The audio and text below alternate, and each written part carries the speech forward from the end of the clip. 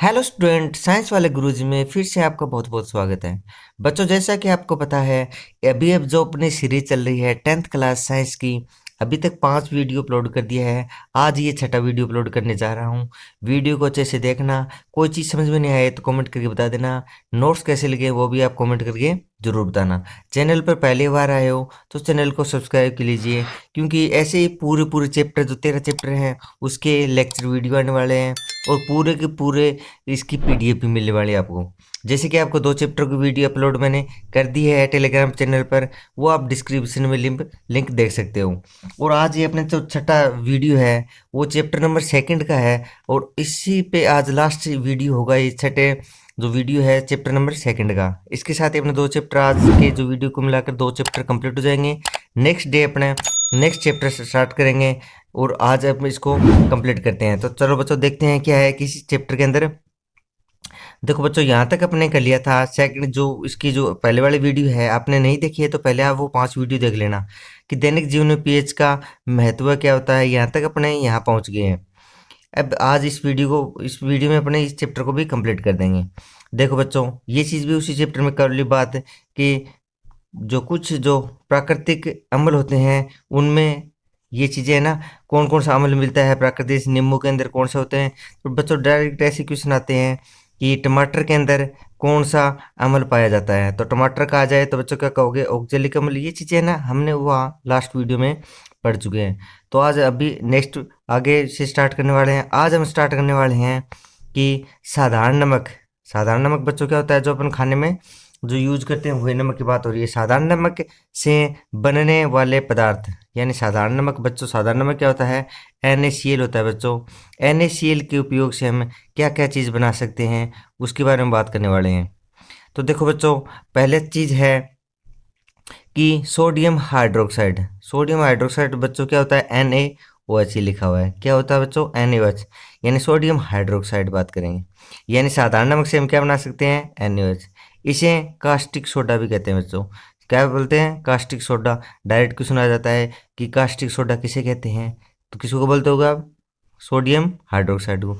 आ जाता है caustic soda का सूत्र लिखो, तो क्या लिखोगे आप, NaOH। क्या लिखो बच्चों, NaOH। ठीक है, तो इसे क्या कास्टिक सोडा भी कहते हैं। इसका रासायनिक सूत्र क्या होता है, NaOH। ठीक है बच्चों।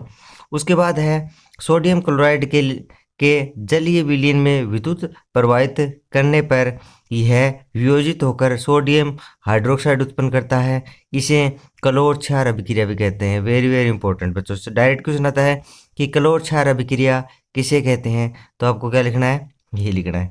जैसे बच्चों उसकी एग्जाम्पल भी दे रखा है कि NaCl क्या होता है बच्चों, यही साधारण नमक होता है जो अपने घरों में यूज खाने में लेते हैं। इसमें क्या मिला देते हैं बच्चों, जल मिला देते हैं, तो क्या बन जाएगा, सोडियम हाइड्रोक्साइड। सोडियम हाइड्रोक्साइड क्या होता है बच्चों, एक क्षार होता है, और साथ में क्या मिलेगी, उसके साथ में बच्चों क्लोरीन गैस और हाइड्रोजन मिलेगा। ठीक है, तो बच्चों इसको समीकरण को भी ध्यान रखना है कि NaCl का जब जल में मिला देते हैं तो क्या बनेगा, NaOH। और क्लोरीन इसलिए क्या कहते हैं, देखो बच्चों ये क्या होता है, क्षार होता है। ये क्या हो गया, क्षार हो गया। और Cl ये क्या है, क्लोरीन हो गया। क्या है, क्लोरीन है। ठीक है, तो इसको अपन क्या कहेंगे, क्लोर क्षार अभिक्रिया। इसीलिए इसको क्या बोलते हैं, क्लोर क्षार अभिक्रिया। तो बच्चों डायरेक्ट ऐसे आते हैं किसके उपयोग क्या हैं, तो आपको उपयोग भी ध्यान रखना है। किसका उपयोग बात कर रहा हूँ बच्चों, NaOH का। किसका बात हो रहा है, NaOH के उपयोग क्या है वो देखना। पहला उपयोग है बॉक्साइड। कहला क्या उपयोग है बच्चों, कि बॉक्साइड के धातुक्रम में उपयोग होता है। दूसरा क्या है, पेट्रोलियम के शोधन में उपयोग होता है। तीसरा क्या है बच्चों, प्रयोगशाला में अभिकर्मक के रूप में उपयोग होता है। चौथा बच्चों, साबुन, कागज और सिल्क उद्योग में उपयोग होता है। तो इसके उपयोग डायरेक्ट पूछ लेते हैं कि इनके NaOH के क्या उपयोग होते हैं। तो आपको बच्चों सबके सब NaOH के उपयोग का पता होना चाहिए। बच्चों लिंक कहाँ मिलेगा, इसी चैनल पे। देखो यही क्या है, अपना यूट्यूब चैनल है। कौन सा है, साइंस वाले गुरुजी। और यही अपना क्या है, टेलीग्राम चैनल है। टेलीग्राम चैनल को भी सर्च कर सकते हो साइंस वाले गुरुजी पे। वहाँ पर इसके PDF भी मिल जाएगी, डाउनलोड कर सकते हो, प्रिंट कटा सकते हो। आप अगर चाहो तो अपने हैंड राइटिंग से भी लिख सकते हो अपने, यानी अपने नोट्स भी बना सकते हो। उसके बाद बच्चों आता है विरंजक चूर्ण। क्या होता है, ये भी बहुत इंपॉर्टेंट है, विरंजक चूर्ण। ऐसे बच्चों ऐसे पूछते हैं कि विरंजक चूर्ण है ना, क्वेश्चन कैसे आएंगे, विरंजक चूर्ण है उसका सूत्र क्या है, ठीक है, विरंजक चूर्ण के उपयोग क्या होते हैं, तो बस ऐसे ही आपको ध्यान रखना है। तो विरंजक चूर्ण बच्चों, इसका रासायनिक सूत्र क्या होगा, CaO Cl2। क्या होता है बच्चों, CaO Cl2। और देखो इसका कैसे बनेगा, ये भी चीज़ ध्यान रखनी है। देखो इसके बाद दे रखा अपना कि विरंजक चूर्ण होता है ना, देखो बुझा हुआ चूना, बुझा हुआ चूना क्या होता है बच्चों, ध्यान रखना, बुझा हुआ चूना होता है कैल्शियम हाइड्रोक्साइड।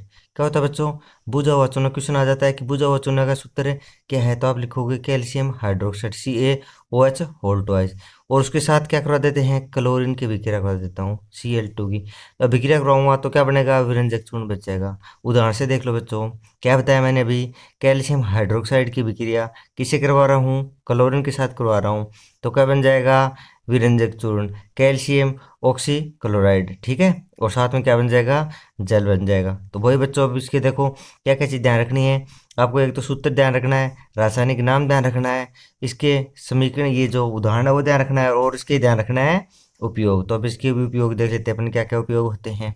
देखो बच्चों, पहला है कि पानी वाले जल में क्या होगा, पानी है ना, पानी को शुद्ध करने में काम आता है, यानी पानी में किसी प्रकार रोगाणु उसको शुद्ध करने में क्या काम आएगा, विरंजक चूर्ण। दूसरा वस्त्र उद्योग में काम आता है। तीसरा प्रयोगशाला विक्रमक में। और चौथा कागज उद्योग में विरंजक चूर्ण उपयोग में होंगे। उसके बाद बच्चों आता है अपना बेकिंग सोडा। क्या होता है बच्चों, बेकिंग सोडा, और इसे बोलते हैं अपने खाने का सोडा।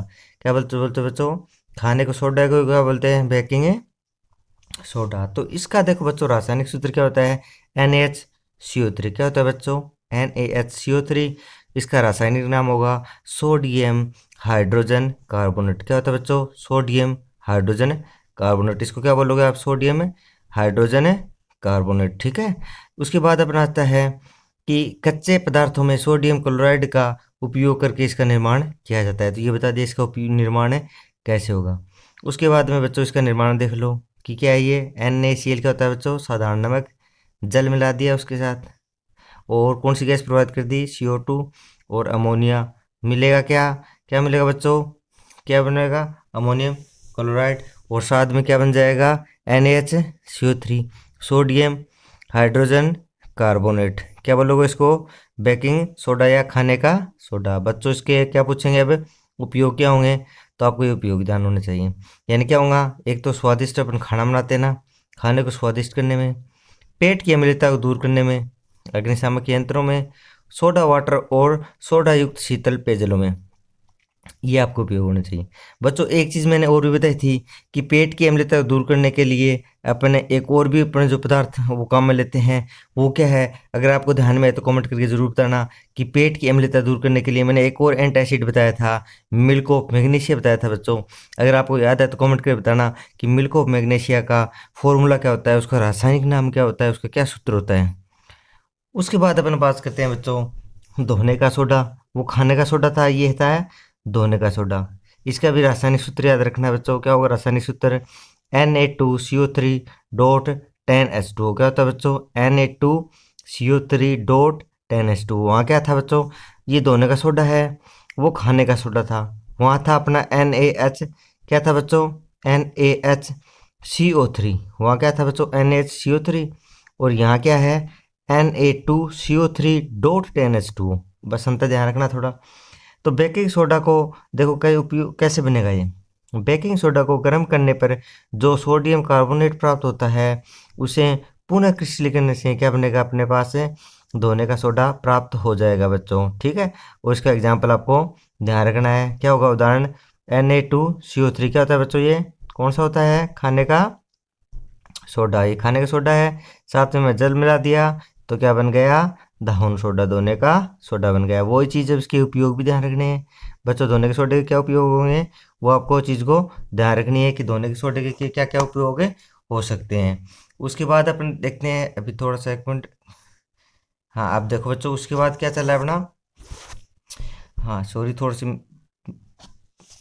हाँ बच्चों उसके देखो उपयोग हो गए। उपयोग के बारे में आपको क्या ध्यान रखना है कि इनका उपयोग क्या क्या, कहाँ कहाँ होगा, किसके बारे में उपयोग है बच्चों, धोने सोडा के बारे में। इसका उपयोग देखो कांच में होता है, साबुन कागज उद्योग में हो जाएगा, उसके बाद घरों के अपने साफ सफाई में भी काम होता है। प्रयोगशाला अभिकर्मक और जल की स्थायी कठोरता को हटाने में भी इसका उपयोग होता है बच्चों। उसके बाद बच्चों आता है प्लास्टर ऑफ पेरिस। बच्चों ये जो वीडियो के अंदर जितने भी ये जो रासायनिक सूत्र हैं, जितने भी ये फॉर्मूले वाले हैं, सब के सब इंपॉर्टेंट है। सबके नाम अच्छे से याद कर लेना, रासायनिक सूत्र याद कर लेना और उपयोग याद कर लेना, क्योंकि एक क्वेश्चन तो जरूरी आने वाला है यहाँ से। बच्चों क्या है प्लास्टर ऑफ पेरिस, इसको क्या बोलते हैं अपन पीओ पी, जो अपन घरों में पीओपी करते हैं बच्चों, वो क्या होता है प्लास्टर ऑफ पेरिस ही होता है। बच्चों रासायनिक सूत्र क्या होगा, सी ए, क्या होगा CaSO4 डॉट हाफ H2O, क्या होगा कैल्शियम, ये किसको क्या बोलेंगे कैल्शियम सल्फेट। क्या होता है बच्चों कैल्शियम सल्फेट। यानी देखो इसका निर्माण कैसे होगा, जिप्सम होता है ना बच्चों। जिप्सम को अगर अपन 373 केल्विन पर गर्म करने पर यह जल में के अणुओं का त्याग कर क्या बनाएगा कैल्शियम सल्फेट अर्ध हाइड्रेट बना लेगा, या हेमी हाइड्रेट बोलोगे। इसे क्या बोलते हैं अपने प्लास्टर ऑफ पेरिस। देखो यहाँ से एक एग्जांपल से समझो।